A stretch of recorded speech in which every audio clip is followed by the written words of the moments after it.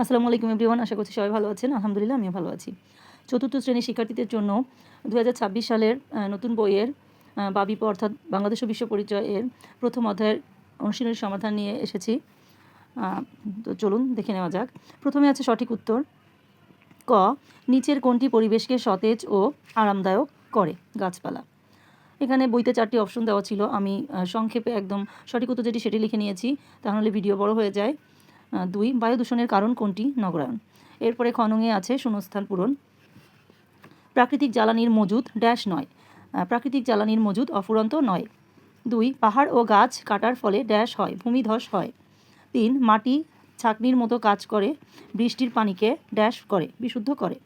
এরপরে গণঙে আছে সত্য মিথ্যা। 1, উপকূলীয় অঞ্চলে বাদ দিয়ে চিংড়ি চাষ করলে মাটির লবণাক্ততা কমে যায়। মিথ্যা। 2 নং, প্লাস্টিকের বোতল জলাশয়ে ফেললে পানি দূষণ হয়। সত্য। 3 নং, সৌরশক্তি ব্যবহার পরিবেশের জন্য ক্ষতিকর। মিথ্যা। 4 নং, প্রাকৃতিক পরিবেশের সংরক্ষণ আমাদের কর্মকাণ্ডের উপর নির্ভরশীল বা নির্ভর করে। সত্য। এরপরে ঘনঙে আছে সংক্ষিপ্ত উত্তর প্রশ্ন। প্রশ্নটি হলো, আমাদের জীবনে সূর্য কিভাবে গুরুত্বপূর্ণ ভূমিকা রাখে? উত্তর, সূর্য সকল শক্তির প্রধান উৎস।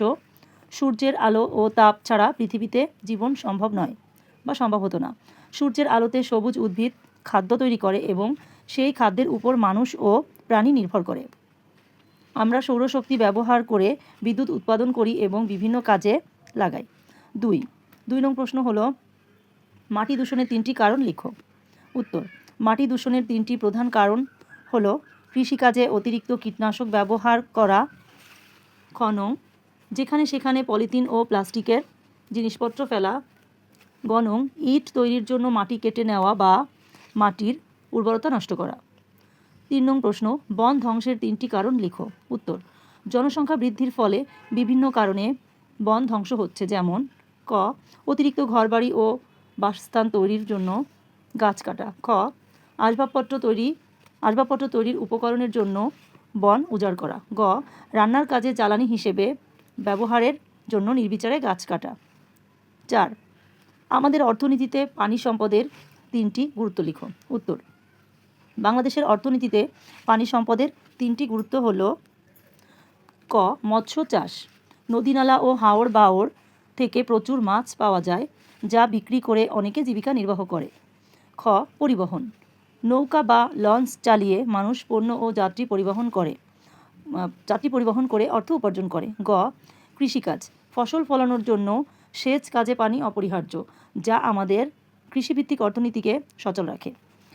এখানে বলে রাখা ভালো, আমি সবগুলো পেজ আবার অ্যাটাচ করে দিব স্ক্রিনশট নিয়ে বা ছবি আকারে, যেন সবাই দেখে বুঝে শুনে সুন্দর করে উঠাতে পারে, নোট আকারে তৈরি করতে, তাহলে খুবই সুবিধা হবে। এরপরে উনঙে আছে বর্ণনামূলক প্রশ্ন উত্তর। 1 নং প্রশ্ন, প্রাকৃতিক ও সামাজিক পরিবেশ কিভাবে একে অপরের উপর নির্ভরশীল? উত্তর, মানুষ ও সমাজ প্রকৃতির ওপর গভীরভাবে নির্ভরশীল। আমাদের খাদ্য, পোশাক এবং ঘরবাড়ি তৈরির উপকরণ সবই আসে প্রকৃতি থেকে। যেমন প্রচণ্ড গরমে আমরা গাছের ছায়ায় শান্তি পাই এবং গাছপালা তাপমাত্রা কমিয়ে পরিবেশকে আরামদায়ক রাখে। এরপরে আছে বেঁচে থাকার জন্য অক্সিজেন এবং খাওয়ার পানি আমরা প্রাকৃতিক উৎস থেকেই পাই। অন্যদিকে মানুষ তার প্রয়োজনে সামাজিক পরিবেশ যেমন ঘরবাড়ি, রাস্তাঘাট তৈরি করতে গিয়ে প্রাকৃতিক উপাদান ব্যবহার করে। তবে মানুষ যদি সচেতনভাবে প্রাকৃতিক পরিবেশ রক্ষা না করে, তবে সামাজিক পরিবেশ ও হুমকির মুখে পড়বে। অর্থাৎ একটি সুস্থ সামাজিক পরিবেশের জন্য একটি সুন্দর প্রাকৃতিক পরিবেশ একান্ত প্রয়োজন। আমি একটু ব্রড করে লেখার চেষ্টা করেছি, কারণ আমরা জানি বর্ণনামূলক প্রশ্ন একেবারে ছোট করে লেখা যাবে না, এটা ক্লাস 4। বর্ণনামূলক প্রশ্নগুলো একটু বড় করে লিখতে হবে বা লেখা উচিত। 2 নং, প্রাকৃতিক পরিবেশ সংরক্ষণে তোমরা কি কি ভূমিকা পালন করবে তা লেখো। উত্তর, প্রাকৃতিক পরিবেশ সংরক্ষণে আমরা নিচের ভূমিকাগুলো পালন করতে পারি। গাছ লাগানো, আমরা বাড়ির আশেপাশে এবং বিদ্যালয়ে বেশি করে গাছ লাগাবো এবং গাছ কাটা বন্ধ করে সচেতনতা তৈরি করব। এরপরে আছে বজ্র ব্যবস্থাপনা, অর্থাৎ যেখানে সেখানে পলিথিন, প্লাস্টিক বা ময়লা আবর্জনা না ফেলে নির্দিষ্ট স্থানে ফেলব। এরপরে আছে সম্পদের অপচয় রোধ, পানি, বিদ্যুৎ ও প্রাকৃতিক গ্যাস ব্যবহারে সাশ্রয়ী হব। এরপরে আছে সচেতনতা বৃদ্ধি, পরিবেশ কেন দূষিত হয় এবং এর ফলাফল কী সে সম্পর্কে বন্ধুদের এবং পরিবারের সদস্যদের সাথে আলোচনা করব ও সচেতন করব। তো এই ছিল প্রথম অধ্যায়ের সম্পূর্ণ অনুশীলনী সমাধান।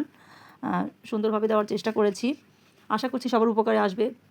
ভিডিওটি যদি উপকারী মনে হয় এবং ভালো লেগে থাকে অবশ্যই শেয়ার করে অন্যকে দেখার সুযোগ করে দিবেন। লাইক কমেন্টও করতে পারেন। আপনাদের এরপরে কোনো চ্যাপ্টার দরকার আছে কিনা বা কোনো প্রশ্নের উত্তর দরকার কিনা অবশ্যই কমেন্টে জানাবেন, আমি চেষ্টা করব হেল্প করার।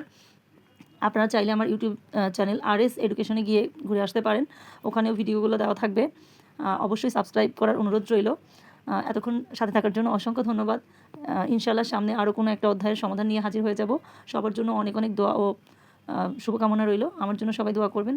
আসসালামু আলাইকুম, আল্লাহ হাফেজ।